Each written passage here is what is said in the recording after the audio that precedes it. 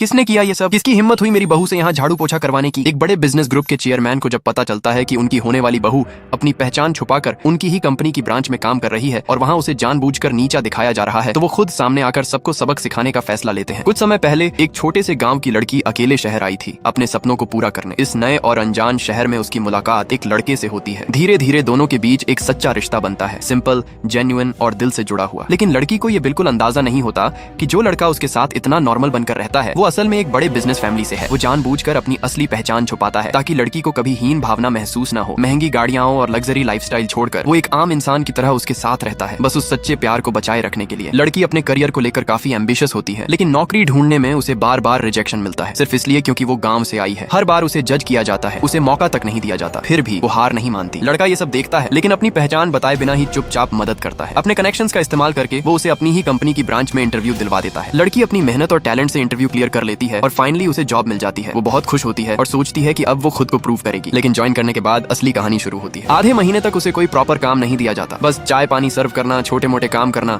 यही सब चलता रहता है। उसके सपने जैसे रुक से जाते हैं। एक दिन वो हिम्मत करके बॉस के केबिन में जाती है और पोलाइटली काम मांगती है। लेकिन बॉस को ऐसे एम्प्लॉइज बिल्कुल पसंद नहीं होते जो खुद आगे बढ़कर काम मांगे। वो तुरंत उसके बारे में गलत इंप्रेशन बना लेते हैं कि ये अटेंशन चाहती है। उधर उसका डिपार्टमेंट मैनेजर तो पहले से ही उसे पसंद नहीं करता, क्योंकि वो गांव से आई है और उसका कोई बैकग्राउंड नहीं है। वो जानबूझकर उसके खिलाफ बॉस के सामने झूठ बोलता है, उसे चालाक और गलत इरादों वाली दिखाता है। अब शुरू होता है असली टॉर्चर। मैनेजर उसे हर छोटी बड़ी बात पर परेशान करता है, यहाँ तक कि उसकी मेहनत और डेडिकेशन के बावजूद उसे प्रोजेक्ट से निकालने की बात करता है। जब लड़की वजह पूछती है तो वो सीधे कहता है, मैं तुम्हारा मैनेजर हूँ, जो मैं कहूँ तुम्हें वो करना होगा। और फिर वो उसे इंसल्ट करते हुए कहता है कि अगर वो चाहे तो उसे नौकरी से निकाल सकता है। इसके बाद उसे एक ह्यूमिलिएशन भरा काम दिया जाता है। पूरे डिपार्टमेंट की सफाई, वॉशरूम साफ करना, सबके लिए खाना लाना, बर्तन धोना, और ये सब एक स्पेशल असाइनमेंट के नाम पर। लड़की अंदर से टूट जाती है, लेकिन कुछ कह नहीं पाती। मजबूरी में वो सब सहती रहती है। लेकिन बात यहीं खत्म नहीं होती। मैनेजर एक साजिश रचता है। वो खुद एक सस्ती सी ईयररिंग छुपाकर उस पर चोरी का इल्जाम लड़की पर लगा देता है। बॉस के सामने झूठ बोलकर उसे चोर साबित करने की कोशिश की जाती है। लड़की बार बार अपनी सफाई देती है, ये पैसे की बात नहीं है, ये मेरी इज्जत की बात है। लेकिन कोई उसकी बात सुनने को तैयार नहीं होता। बिना किसी सबूत के उसे सजा दे दी जाती है। कभी परमानेंट नहीं बनेगी,